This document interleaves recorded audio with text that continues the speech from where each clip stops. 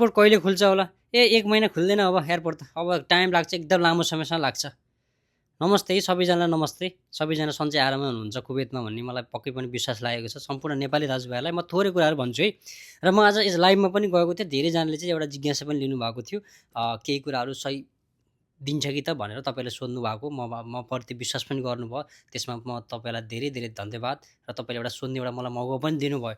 र म के भन्न चाहन्छु भन्दा एयरपोर्ट 1 महिना नि खुल्दैन, 2 महिना नि खुल्दैन अब भनेर चाहिँ त्यस्तो बिचारा नबुझ्नेहरूलाई चाहिँ त्यसरी नझुकाउँ है, म त्यो भन्न चाहन्छु है।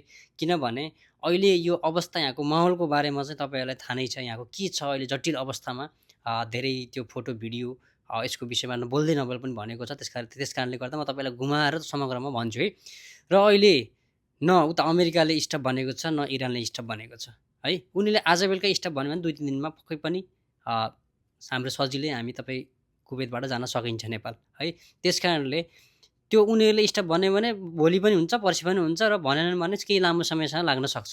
त्यस कारणले 2 महिना नि खुल्दैन भनेर चाहिँ झुक्काउने बिचारा कति तनाव टेन्सन कति क्यान्सल गरेर रेडी भएर बसेको पनि हुन्छ है। त्यसरी चाहिँ कसैलाई पनि गलत एउटा जानकारी चाहिँ नदिउँ साथीहरू है। धेरैले चाहिँ मलाई त्यहाँ गुनासो पनि गर्नुभएको थियो। त्यस कारणले मैले के भने हामी भनेको त्यही अपडेट हौँ।